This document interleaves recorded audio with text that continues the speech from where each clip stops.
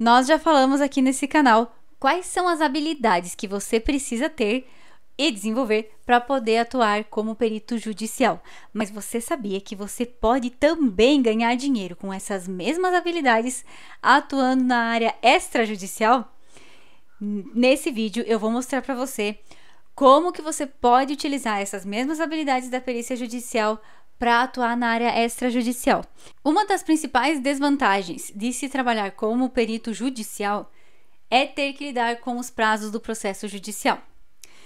Desde o dia que você recebe a nomeação até o dia que você vai receber os seus honorários, podem se passar vários meses e, em alguns casos da justiça gratuita, esse prazo pode chegar até mesmo a alguns anos. É muito difícil quando nós estamos começando, porque, além de tudo, normalmente quando nós estamos começando em uma área, nós não temos muito dinheiro para investir. Nem para investir e nem para nos manter. Então, ter que esperar todos esses meses para receber o valor total do nosso trabalho pode significar que alguns boletos vão ter que ser sacrificados no final do mês. E nós não queremos que isso aconteça, certo? Por isso que uma alternativa para você que está começando e ainda não tem uma frequência boa de nomeações é começar a atuar na área extrajudicial. Uma das possibilidades para você atuar na área extrajudicial é oferecer o serviço de assistente técnico para advogados, ou até mesmo para algumas pequenas construtoras. São diversas, no caso da engenharia civil, Quem é de outras áreas tem que usar um pouco aí a imaginação para conseguir identificar quais são essas outras áreas relacionadas com a justiça que você também pode atuar. Mas os exemplos que eu vou dar aqui são da engenharia civil, porque é a área que eu atuo. No processo judicial, existem normalmente duas partes, o autor e o réu. O autor é aquele que entrou com o processo e o réu é aquele que foi processado. Quando o autor vai entrar com o processo, o advogado do autor precisa colocar lá alguns documentos. Entre esses documentos, tem que ter algumas coisas que provam o ponto que essa pessoa está falando. Então, por exemplo, vamos dizer que você quer processar o seu vizinho porque ele fez uma construção do lado da sua casa e essa construção que ele fez derrubou o seu muro. Para que você possa entrar com um processo contra ele, o seu advogado vai ter que colocar lá alguma coisa que prove que de fato o seu muro caiu por causa da obra do vizinho.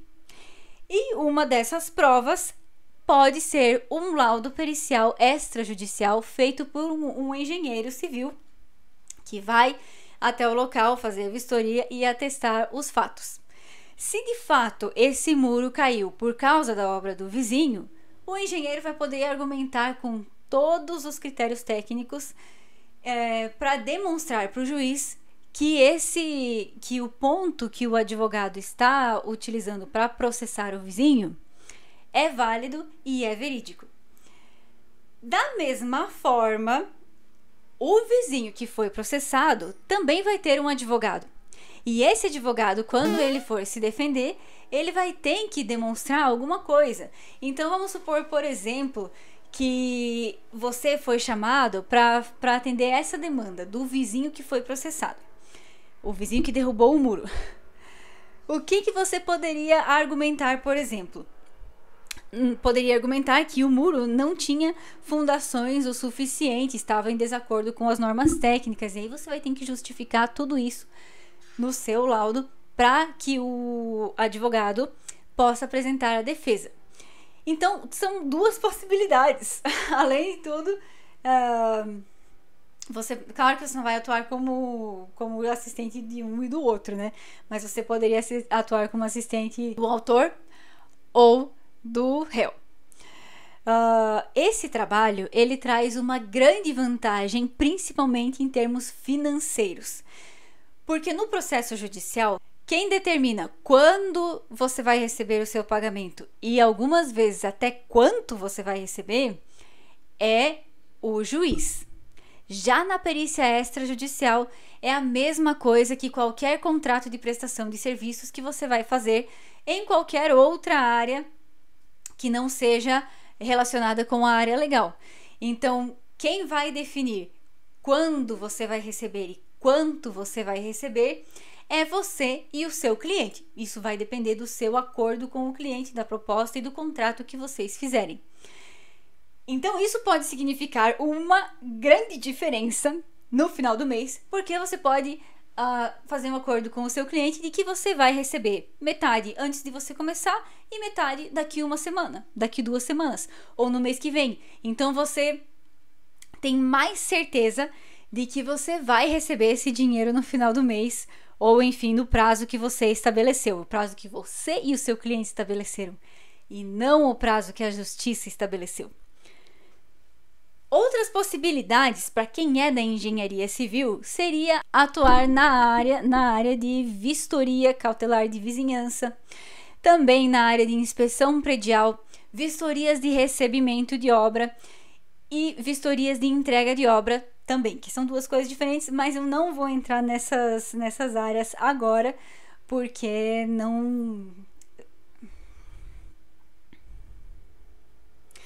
Mas eu não vou entrar nessas áreas agora. O que você pode fazer se você tem certeza que você quer começar na área da perícia judicial, mas está com medo de poder ficar sem dinheiro? Começa na perícia extrajudicial e utiliza as suas primeiras nomeações para justificar para os seus potenciais clientes advogados que você já tem conhecimento do andamento do processo judicial e que você tem todas as condições técnicas e também habilidades necessárias para poder auxiliar esse advogado a defender o cliente dele. Isso é ótimo, isso é muito legal, porque a maioria dos advogados não consegue encontrar um profissional de alguma área técnica, no nosso caso da engenharia, que consiga argumentar os fatos da prova que ele precisa apresentar de maneira técnica e também de maneira que seja útil para a justiça. Então, as habilidades que você vai ter que desenvolver como perito judicial vão ser fundamentais para você poder atuar como perito extrajudicial. E isso vai ser um grande bônus tanto para o advogado quanto para o cliente e para você, que vai receber o seu pagamento de acordo com o que for estabelecido em contrato com você e o seu cliente, sem depender dos prazos da justiça. E aí, gostou desse vídeo? Se você gostou, já aproveita e deixa o seu curtir aqui e se inscreve no canal. E você sabia que todas as semanas nós fazemos mentorias do Manual do Perito? Clica no link que está aqui embaixo para você participar agora mesmo do nosso grupo do Telegram e não perder dicas como essa e outras muito mais aprofundadas. Se você tiver alguma sugestão de algum outro tema que você queira saber sobre a área de perícia judicial ou até mesmo da área extrajudicial, deixe um comentário aqui com a sua pergunta.